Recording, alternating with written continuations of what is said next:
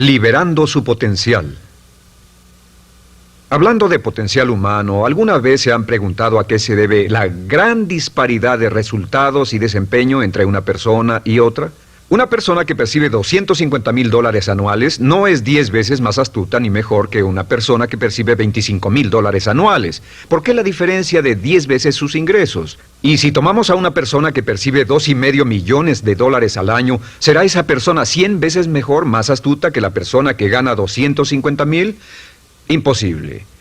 En un estudio reciente de coeficiente intelectual probaron a 1,000 personas de una cierta población y llegaron a la conclusión de que la mejor persona entre los 1,000 solo era 2,5 veces más astuta que la persona de menor coeficiente intelectual. Solo 2,5 veces la disparidad, y tal vez eso sea con toda la población. ¿A qué supone que se debe la diferencia? Al hablar de potencial humano, llegamos a una fórmula que deduje hace algunos años. Tal vez eso lo explique un poco. La fórmula comienza con lo que llamamos AI. O sea, atributos innatos, las cualidades, la inteligencia, la habilidad, el temperamento, cosas con las que se nace que no pueden cambiarse mucho. Además de los atributos adquiridos. Estos atributos son muy importantes, son su educación, su capacitación, sus capacidades, su experiencia, conocimiento, sabiduría, etc., multiplicado por A, que es su actitud, es igual al potencial humano individual, o al desempeño humano individual o resultados individuales humanos. Ahora, de estos tres, los atributos innatos se traen desde el nacimiento. Los adquiridos pueden cambiarse, pero se necesita cierto tiempo para ello, aunque a veces cambiamos muy rápidamente.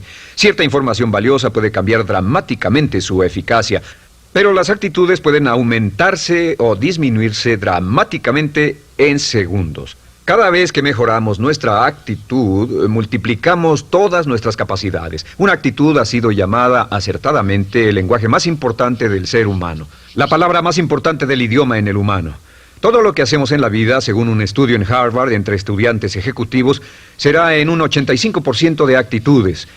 Un 85% de su éxito estará determinado por su actitud. Eso significa que está determinado por cuán positivo o cuánta actitud mental positiva se tenga. Las personas con actitudes mentales positivas tienden a avanzar más rápidamente, se mueven hacia la cima en organizaciones valiosas, ganan más dinero, sacan más satisfacción de la vida. Una actitud mental positiva no significa que baile por las calles y arroje flores. Solo significa que tome una actitud constructiva en general o se aproxime hacia su trabajo, su vida, sus problemas, relaciones, etc. Según el informe Cox de las empresas americanas, según la revista Success, un 85% o más de todo lo que se logra se debe a la actitud. Y la pregunta es, ¿de dónde vienen las actitudes? Las actitudes vienen de las expectativas. Muy simple, ya hablamos de eso. Y una forma muy poderosa de mejorar su actitud instantáneamente es decir, aunque no lo crea, pienso que algo maravilloso va a ocurrirme hoy. Como dijimos antes, nuestras expectativas sobre los desenlaces determinan nuestra actitud. Si espera que las cosas salgan bien, tendrá una actitud positiva. Si espera que salgan mal, tendrá una actitud negativa. Y lo maravilloso es que podemos fabricar nuestras expectativas. Podemos esperar lo que deseamos. Podemos esperar cosas buenas, cosas malas, y no nos decepcionaremos. ¿De dónde surgen nuestras expectativas? Nuestras expectativas surgen de nuestras creencias y de nuestros valores. Son el centro de los factores motivacionales de nuestra personalidad, nuestras creencias. Y esto nos conduce a un entendimiento del potencial humano. Significa básicamente que nuestra actitud es una expresión externa de lo que está ocurriendo internamente. Y esto es consistente con las leyes mentales. Con respecto a las creencias, cada uno de nosotros tiene muchas creencias en el fondo que los psicólogos llaman los conceptos propios. El concepto propio, o su descubrimiento, es considerado por muchos como el logro único y más importante para comprender el desempeño humano en el siglo XX. Yo estoy de acuerdo. El concepto propio es como, si queremos usar una analogía militar, el centro de mando. O si queremos usar una analogía técnica, es el programa central de su computadora básica. Es un grupo de creencias, valores, actitudes, sentimientos, ideas, etcétera, almacenadas en el fondo de nosotros y son el resultado de casi todas las experiencias que hemos tenido en la vida. Y algunos investigadores dicen que el concepto propio comienza a formarse aún antes del nacimiento, pero el concepto propio, una vez colocado, Precede, predice y determina sus niveles de eficacia y desempeño en todas las áreas de nuestra vida. El concepto propio se convierte en el centro de mando o el programa maestro. El concepto propio de este grupo de creencias determina lo que dirá, lo que hará, cómo actuará, cómo se siente y reacciona, etc. ¿Qué significa esto? Significa que todas las mejoras en su vida externa, todos los cambios en su realidad comienzan con un cambio en su concepto propio. Les voy a explicar lo que significa. Esta es una gráfica muy simple. Hablamos de potencial humano y decimos que la persona promedio usa un 10% o menos de su potencial. Según investigaciones, tal vez es mucho menos. El Instituto Stanford Brain en Santa Clara, California, estima que tal vez se aproxime a un 2%. Seremos generosos y diremos que la persona promedio usa un 10%. Significa que en los mejores casos, la mayoría, como usted o yo, no usamos un 90% de nuestro potencial. Uno de los mejores filósofos, Oliver Wendell Holmes, dice que la tragedia de la persona promedio es que llegan a la tumba con su música aún por dentro. Aún están funcionando con mucho menos de su potencial total. Y esto es el potencial humano. Sabemos que existe una relación directa entre el potencial humano y el concepto propio. Pero como nuestros conceptos propios o nuestras estimaciones de nosotros mismos generalmente son mucho menores de lo que debieran ser, nuestro nivel de desempeño y eficacia también es menor. Sabemos que nuestro concepto propio es altamente subjetivo. ¿Qué significa esto? Significa que el concepto propio, lo que pensamos que es cierto sobre nosotros mismos, no está basado en la realidad, está basado en información que hemos tomado y aceptado como cierto, hasta el grado en que creemos lo que sea de nosotros mismos y se vuelve cierto para nosotros porque actuamos de una forma consistente con ello. Algunas personas que leen sus horóscopos y creen en horóscopos predicen su futuro. Hay algunas personas que toman la crítica y las opiniones de otros a quienes ni siquiera respetan y hacen suyas esas ideas, dando un resultado muy negativo. Lo que piense, lo que acepte como cierto, se vuelve cierto para usted. También sabemos que como adultos tenemos una variedad de conceptos propios. Tenemos un concepto propio de cómo vestirnos, cuánto pesamos, lo que comemos, lo bien que podemos hablar en público, qué tipo de padres somos, qué tipo de hijos somos con nuestros padres, qué tipo de esposo o esposa somos, qué tipo de amante, de conductor. Lo interesante de manejar es que todos los hombres tienen un concepto muy positivo con respecto a esto. Las mujeres no entienden esto, pero los hombres nacen con un genio inherente para manejar. Todos los hombres son choferes excelentes. Si no lo creen, todo lo que tienen que hacer las mujeres que están viendo esto es pensar en la última vez que trataron de corregir la forma de conducir de un hombre y recordarán que no obtuvieron buenas respuestas. ¿Cómo respondemos ante alguien que desafía nuestro concepto propio, sugiriendo que no somos las personas que pensamos ser? Estamos a la defensiva, nos enfadamos, nos irritamos, es difícil que nos traten. Tenemos un concepto propio de lo creativos que somos, lo inteligentes, lo rápido que leemos, lo bueno que somos en los deportes, y si practicamos una gran variedad de ellos, tenemos un concepto propio para cada uno de ellos. Tenemos un concepto propio de lo bien que cocinamos, de lo bien que educamos a nuestros hijos, de lo bien que limpiamos nuestra casa, los autos que manejamos, etc. Y también de lo que valemos por lo que ganamos. Es muy interesante saber que nunca ganamos más del 10% de nuestro concepto propio en ingresos. Nuestro concepto propio determina nuestro nivel de ingresos. Este nivel de concepto propio se llama zona de confort. Y aunque querramos más dinero, veremos que la tendencia humana natural de todas las actitudes es luchar por lograr entrar a la zona de confort y luego quedarnos ahí. Si ganamos un 10% por encima de nuestro concepto propio de ingresos, tendremos una necesidad imperante de deshacernos de ese dinero. Lo donaremos, lo gastaremos en forma extravagante y hasta lo perderemos si recibimos demasiado. Las personas que ganan la lotería siempre están quebradas a los 2 o 3 años. Queman el dinero porque ese dinero está más allá de su concepto propio. Si gana 10% o menos de su nivel de concepto propio, se descubrirá luchando, trabajará más duro, más tiempo, pensará en forma más creativa, buscará diferentes formas para aumentar sus ingresos o sus segundos ingresos. La única forma de mejorar cualquier parte de su vida, incluyendo sus ingresos, es aumentando el nivel del concepto propio de sus ingresos, comenzando a pensar en usted como si estuviera ganando más dinero. Si quiere bajar de peso, la única forma en que podrá lograrlo es pensando en que está delgado. Piense en usted mismo como una persona más delgada. Si quiere volverse una persona más popular, más amorosa, más feliz o más sana, comience a pensar una y otra vez en esas cosas hasta que se vuelvan parte de su nuevo concepto propio. Hablaremos de eso más adelante. Es una parte esencial de la programación de su mente hacia el éxito. Su concepto propio global está determinado por el promedio de sus conceptos propios en las áreas que considere importantes. Ahora, su concepto propio está formado de 3 partes críticas. La primera parte del concepto propio es el ideal propio. El ideal propio es la persona que más desearía ser, es su idea de lo que constituye un ganador, es su visión ideal de lo mejor que puede ser usted. Nada más, una de las cosas que sabemos de las personas con éxito es que las personas con éxito tienen ideales propios muy claros, ideales claros de quién quieren ser en el futuro. Las que no tienen éxito tienen ideales muy vagos. El número 2 es la autoimagen. La autoimagen es como un retrato de cómo se ve a sí mismo y lo que piensa de sí mismo. La autoimagen es el espejo interno, es como se percibe a sí mismo ahora en su desempeño actual, en forma cotidiana. La tercera parte es su autoestima. Su autoestima es cómo se siente consigo mismo. Cómo se siente consigo mismo es la fuerza motriz, el motor, la fuerza poderosa dentro de su subconsciente. Es la fuerza de energía dentro de su concepto propio y determina casi todo lo que le pasa. La mejor definición de autoestima es cuánto se agrada a sí mismo. Cuánto se agrada a sí mismo como esposo, cuánto se agrada a sí mismo como empleado, cuánto se agrada a sí mismo como jefe, como inversionista, como orador profesional, como atleta, etcétera. Según se agrade a sí mismo, su nivel de autoestima, su sentimiento emocional global respecto a cualquier área de su vida, determina su desempeño y su eficacia en dicha área. Lo sorprendente es que se convierte en lo que piensa, su concepto propio es maleable, su autoestima puede formarse repitiendo una y otra vez, me agrada mi persona, me agrada mi persona, me agrada mi persona.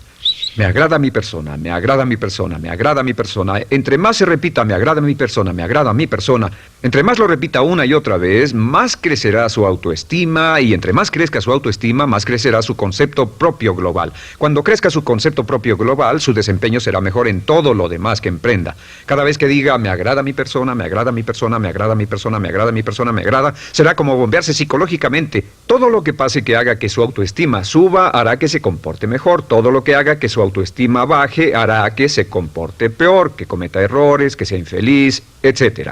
Un punto crítico de agradarse a sí mismo, sobre autoestima y agradarse a sí mismo, es que, número 1, nunca puede querer a nadie más de lo que se quiere a sí mismo. Que su nivel de autoestima es determinante de la calidad de relaciones que tenga con los demás. Y número 2, es que nunca puede esperar que nadie más lo quiera o respete más de lo que se respeta a sí mismo. Cuanto se agrade o se respete a sí mismo, determina sus actitudes hacia usted. Todas las escuelas de psicología actualmente están de acuerdo en el hecho de que depende de lo que usted realmente se quiera y se respete a sí mismo como un ser humano valioso e importante, tiene efecto sobre todo lo que le pase. Cuánto se agrade a sí mismo, y lo que puede hacer es mejorar su autoestima diciendo me agrada mi persona, me agrada mi persona, me agrada mi persona, me agrada mi persona. Y esto nos lleva a la pregunta, ¿de dónde viene el concepto de autoestima? Y descubrimos que el concepto propio es maleable, puesto que no nace con este concepto propio, no nace con ninguna idea sobre sí mismo, no nace con autoimagen ni autoestima. Nace, en cierto modo, como potencial propio. Es la mejor forma de plantearlo. La persona promedio llega al mundo como potencial puro. Y no tiene el concepto propio de que todo lo que es ahora, todo sentimiento que tiene, toda actitud o valor, tuvo que aprenderlo en el transcurso de su vida. También sabemos que el niño llega al mundo con una necesidad imperante de amor y contacto. Y como una gran cantidad de investigaciones lo indican, necesitamos mucho amor y contacto durante toda nuestra vida, pero en especial durante nuestros años de formación, porque de niños aprendemos quiénes somos, cuánto valemos, si somos importantes, inteligentes, amorosos, chistosos. Todo esto lo aprendemos por la forma en que nuestros padres nos tratan. Si nuestros padres, nuestros parientes, tíos o tías, en especial nuestros padres, nos tratan como si fuéramos realmente importantes, crecemos pensando que somos realmente importantes, pero si nuestros padres no lo hacen, pasa algo más. Sabemos que los primeros años de vida son los más importantes para el desarrollo del concepto propio, que un niño comienza a partir de cero. El niño nace sin saber quién es él o ella. Son sumamente valiosos el primero, segundo, tercero, cuarto y quinto años de vida. Algunos psicólogos pensaban que eran los 5 primeros años, pero ahora dicen que son los 3 primeros años. En sus 3 primeros años de vida el niño aprende quién es y dicen que si se les da suficiente cantidad y buena calidad de amor en los 3 a 5 primeros años, los prepara usted de por vida. Los coloca en una base sólida de autoestima y confianza en sí mismos, valor e importancia realmente. Existe una relación directa entre la calidad y la cantidad de amor y el desarrollo de una personalidad sana. Entre más amor, amor incondicional, reciba un niño en sus años formativos, más fuerte será la base de su personalidad. El reverso de la educación es que casi todos los problemas de psicosis, neurosis, perturbaciones de la personalidad y problemas de comportamiento surgen de los problemas que se tengan con el concepto propio. Ahora observemos a los adultos. Aquí está nuestra personalidad adulta. Si nos observamos, podemos llegar a reparar nuestras bases, por así decirlo, repitiéndonos una y otra vez: me agrada mi persona, me agrada mi persona, me agrada mi persona, y llevamos ese concreto reparador hacia la base de nuestra personalidad. Los niños necesitan el amor como las rosas necesitan la lluvia. Los niños que carecen de amor a menudo mueren por escasez de amor. Es una enfermedad llamada marisma. Ahora, ¿qué más sabemos sobre los niños? Sabemos que los niños llegan al mundo con dos atributos notables. El primero es que no sienten temor. Los niños nacen sin temores. No temen a nada excepto a caerse y a los ruidos fuertes. Y esto se expresa en sus actitudes: yo puedo.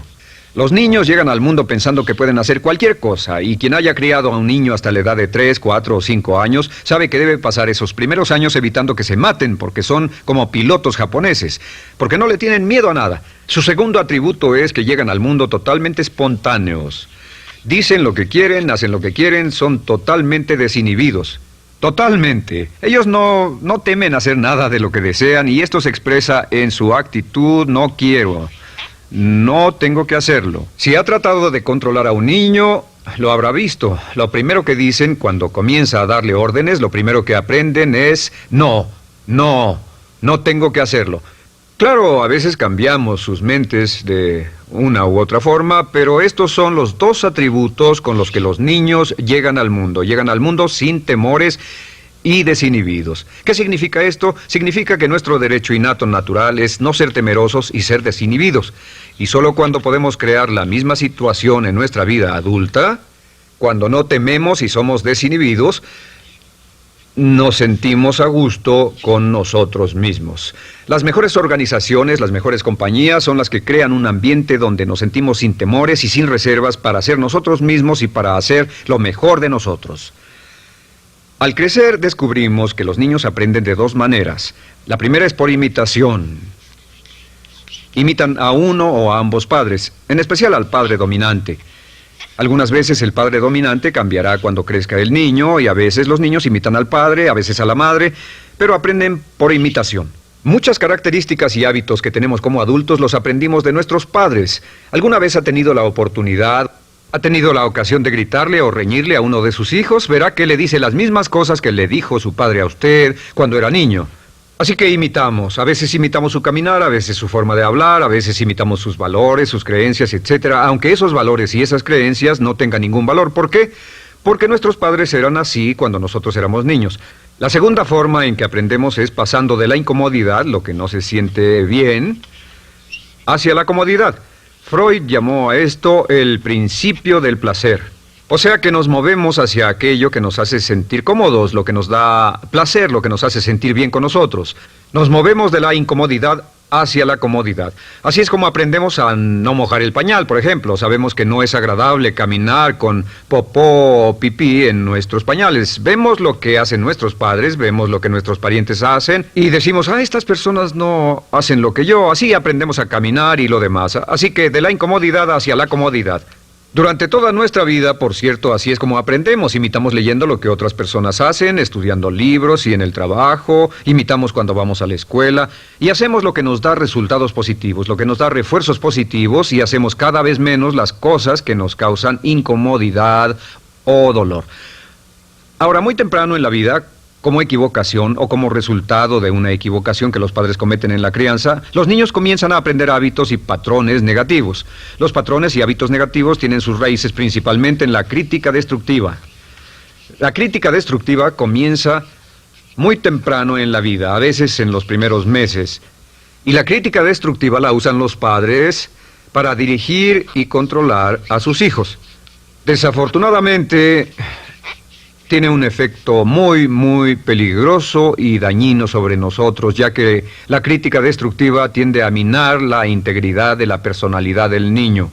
Muchos de nosotros, incluyéndome a mí y a muchos de ustedes, nos hemos visto minados y heridos por la crítica destructiva más que todas las guerras en la historia. Ahora, como resultado de la crítica destructiva, comenzamos a desarrollar hábitos y patrones negativos. Los patrones de hábitos negativos son respuestas condicionadas hacia los estímulos. Los patrones de hábitos negativos se desarrollan en los inicios de la vida. Se desarrollan como resultado de una repetición del temor y el dolor una y otra vez. Se desarrollan como resultado de la crítica destructiva, el castigo físico, etc. En los inicios de la vida comenzamos a desarrollar dos manifestaciones que nos persiguen durante toda nuestra vida y más que ninguna otra cosa inhiben nuestro potencial. La primera es la llamada patrón de hábito negativo inhibido. El patrón de hábito negativo inhibido se aprende cuando al niño le dicen una y otra vez no. Aléjate de ahí, no toques eso, y se le castiga. Cuando el niño intenta algo nuevo, o se involucra con algo, o huele algo, o derrama algo, o rompe algo accidentalmente, el padre estalla y se enfada mucho. Como ven, el niño está impulsado por la curiosidad insaciable de explorar su mundo. Y lo que pasa es que cuando lo explora o se interesa y echa a perder algo, si el padre reacciona golpeando al niño, el niño comienza a pensar cada vez que intento algo nuevo, cada vez que intento algo diferente, cada vez que voy más allá de mis límites, cada vez que me salgo de mi zona de comodidad, cada vez que no juego sanamente, me golpean, me castigan, me lastiman, me envían a mi alcoba y me siento mal. Y muy pronto el niño desarrolla el sentimiento de no puedo, no puedo. No puedo. Cada vez que trato algo diferente, me castigan. No puedo, no puedo, no puedo. Es como la respuesta de Pavlov. Pavlov sonaba la campana y le daba de comer a un perro, y el perro salivaba, y Pavlov alimentaba al perro. Mientras sonaba la campana, el perro salivaba y siguió haciendo eso, y después Pavlov solo sonaba la campana y el perro salivaba. Lo que pasa en la vida adulta es que esto crea lo que llamamos temor al fracaso. El temor al fracaso es una respuesta condicionada a un proceso de crítica destructiva que ocurre en los primeros 5 o 6 años de la vida. El temor al fracaso automáticamente nos activa, nos sentimos ansiosos, tensos, intranquilos, sentimos presiones y estrés en nuestro plexo solar, sentimos ganas de retirarnos del evento, y el temor al fracaso es la razón principal por los fracasos en la vida adulta. Es la razón principal por la que evitamos cumplir plenamente nuestro potencial. De hecho, todos los patrones de hábitos negativos se experimentan en el cuerpo físico. Puedes saber cuál es un patrón de hábito negativo porque se siente en el cuerpo físico, precisamente. El patrón de hábito negativo inhibido, el temor al fracaso, el no puedo, ocurre primero que todo en el plexo solar. ¿Ha tenido la ocasión donde debe hablar frente a un grupo, debe ir a una revisión de su desempeño o debe hacer una llamada determinante? Primero su plexo solar se aprieta. Si el temor continúa, su respiración se acelera. Su corazón comienza a latir apresuradamente, su frecuencia respiratoria aumenta y le duele la cabeza como migraña en la parte frontal, su garganta se le cierra y no puede hablar y se le seca la boca por completo, y como se pone tan tenso y asustado, va corriendo al baño. Estas son todas las manifestaciones. No hay peligro físico, pero sí peligro psicológico, una respuesta condicionada. Cuando sentimos estas cosas, la tendencia es retirarse de la situación que las ocasiona, y es la razón por la que no logramos mucho si retrocedemos. Es muy importante. El segundo patrón de hábitos negativos es el compulsivo. El patrón de hábito negativo compulsivo se aprende cuando a los niños se les dice una y otra vez: más vale que lo hagas. Si no lo haces, tendrás problemas o me las pagarás. A los niños se les convierte en recipientes del amor condicionado. Los padres no intentan hacer esto, pero lo que hacen es sugerirle al niño: no te amo, por lo tanto no estás a salvo, a menos y hasta que hagas lo que yo quiero. El niño crece sintiendo: tengo que hacer lo que quiera mi mamá. Debo complacerla, debo complacer a papá, debo complacer a los demás, debo complacer a mis parientes, y a veces debo complacer a mis semejantes, debo complacer a mis maestros, debo complacer a todo el mundo, y crecen con esto: debo. No puedo hacer lo que quiero hacer, debo hacer lo que complace a las demás personas. Este patrón de hábito negativo muy temprano en la vida se traduce en el temor al rechazo. El temor al rechazo lo experimentan los hombres como adultos como un comportamiento tipo A. Hablaremos del comportamiento tipo A posteriormente. El comportamiento tipo A es una necesidad compulsiva o excesivamente compulsiva de complacer de algún modo a alguien sin normas de comportamiento, prácticamente sin pensarlo. El temor al rechazo nos impulsa, nos hace muy sensibles a las necesidades de los demás. Hacemos cosas que otras personas quieren, no hacemos lo que nosotros queremos. Siempre estamos tratando de complacer a los demás. Tenemos preocupaciones o nos importan las opiniones, sentimientos y actitudes de otros hasta el punto donde ocultamos nuestras necesidades. El temor al rechazo se siente en la columna del cuerpo. Se divide el cuerpo a la mitad y se siente hacia abajo en la mitad posterior del cuerpo. El primer lugar donde comienza a sentirse el temor al rechazo es generalmente en los hombros y el cuello. Nos sentimos entumidos, duros, tensos. Cuando tenemos mucho que hacer sentiremos un estrés tremendo en la columna. Los músculos se estiran en la parte posterior. A veces se manifestará como flebitis y venas varicosas y a menudo nos darán dolores de cabeza en la parte posterior de esta porque las arterias carótidas que llevan la sangre hasta la cabeza, los músculos a su alrededor se contraen y la cantidad de sangre que fluye hacia la cabeza fluye más lentamente y se siente un terrible dolor de cabeza en la parte posterior.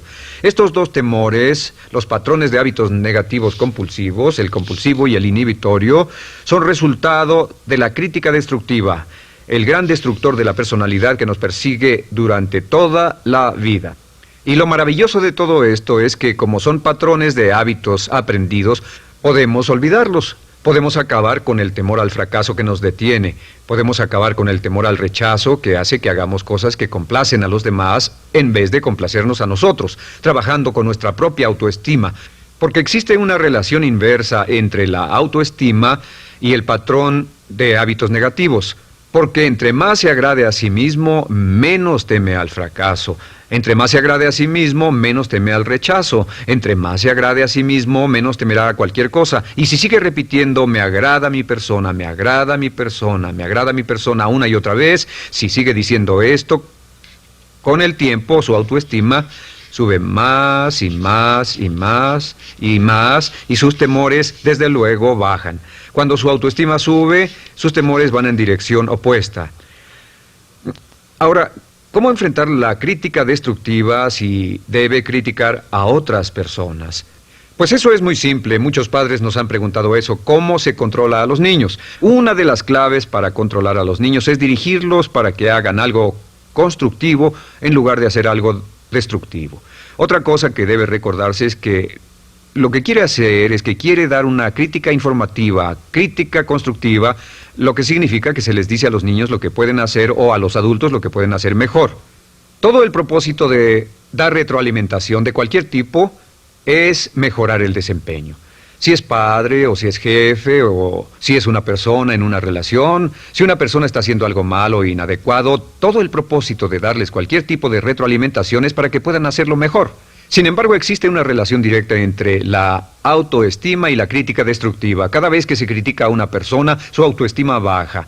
Y cada vez que su autoestima baja, su habilidad para desempeñarse baja. Si critica a una persona en forma destructiva demasiado tiempo, llegará a un punto donde no intentarán nada. Se convierte en lo que llamamos hipersensible. Un adulto hipersensible es aquel que no puede aceptar críticas de nadie. Un adulto hipersensible es una persona que está muy tensa, ansiosa, si siquiera sugiere que no está haciendo lo correcto. Si trata con un adulto hipersensible, la clave es sentarlo y recordar 4 cosas. Número 1, comenzar con alabanzas. Número 2, proteja la autoestima de la persona a toda costa. Número 3, discuta el desempeño y no a la persona. Hable del comportamiento más que de la persona. Y número 4 es enfocarse hacia el futuro en vez de en el pasado. Enfóquese hacia lo que va a hacerse en forma diferente en el futuro en vez de lo que pasó en el pasado. ¿Por qué? Una razón muy simple, porque una persona no puede controlar el pasado. Al no poder controlar el pasado, cualquier crítica de lo que han hecho en el pasado les da un estrés tremendo y frustración. Así que, en resumen, la clave del éxito en la vida es una actitud mental positiva. Una actitud mental positiva se basa en expectativas de éxito, de una serie de expectativas positivas. Esa serie de expectativas positivas se basa en sus creencias y en su concepto de sí mismo. El centro de su concepto propio que determina su eficacia en la vida es su autoestima, y su autoestima se mide por cuanto se valore a sí mismo. Las dos cosas que nos frenan más que nada son el temor al fracaso y el temor al rechazo. Y uno de nuestros secretos centrales de éxito es este: Conviértase en un organismo generador de autoestima perpetua. Haga continuamente cosas para usted mismo, hacia sí mismo en su vida, que hagan que se agrade a sí mismo, que se ame, que se acepte, que se respete, que hagan que se sienta fantástico con usted mismo. Si es un jefe o un padre, no olvide que la clave para el máximo desempeño en su hogar y en su trabajo es hacer que las personas se sientan maravillosamente consigo mismas. Entre mejor se sienta consigo mismo y más se agrade, más probable será que logre que las personas a su alrededor lo quieran, lo acepten, lo respeten, se respeten